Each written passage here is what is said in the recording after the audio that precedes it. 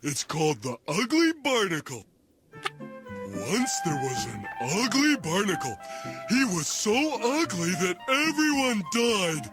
The end. That didn't help at all. The Struggle for Human Rights is a speech by Eleanor Roosevelt held in Paris during the year 1948. She was the First Lady of Franklin D. Roosevelt between the years 1933 to 1945, and was very ugly and considered herself the ugly duckling of her family. In fact, she was so ugly even after contracting polio. Franklin was sleeping with his secretary. Don't ask how that worked. So yes, he slept with his secretary before it was cool. There was even a rumor that Eleanor sent love letters to her lesbian friend Lucy Rutherford, although this is probably a cover-up so someone believed that a person thought Eleanor was attractive since Franklin only married Eleanor so his mommy would give him family funds. Eleanor's biggest point of this speech is how cool freedom is.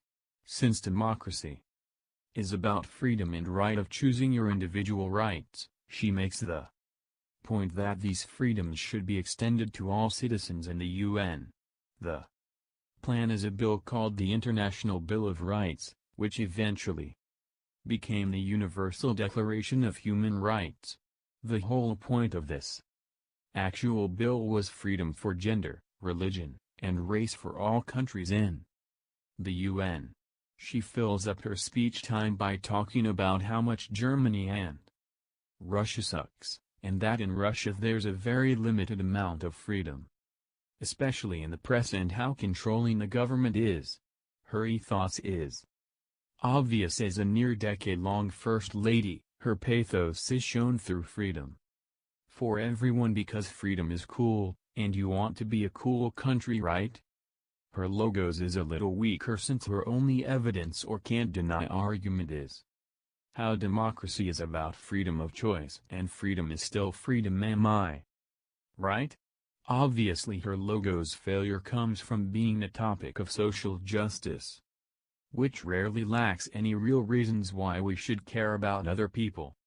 Even during an era when social justice in first world countries wasn't lame, and people had real problems.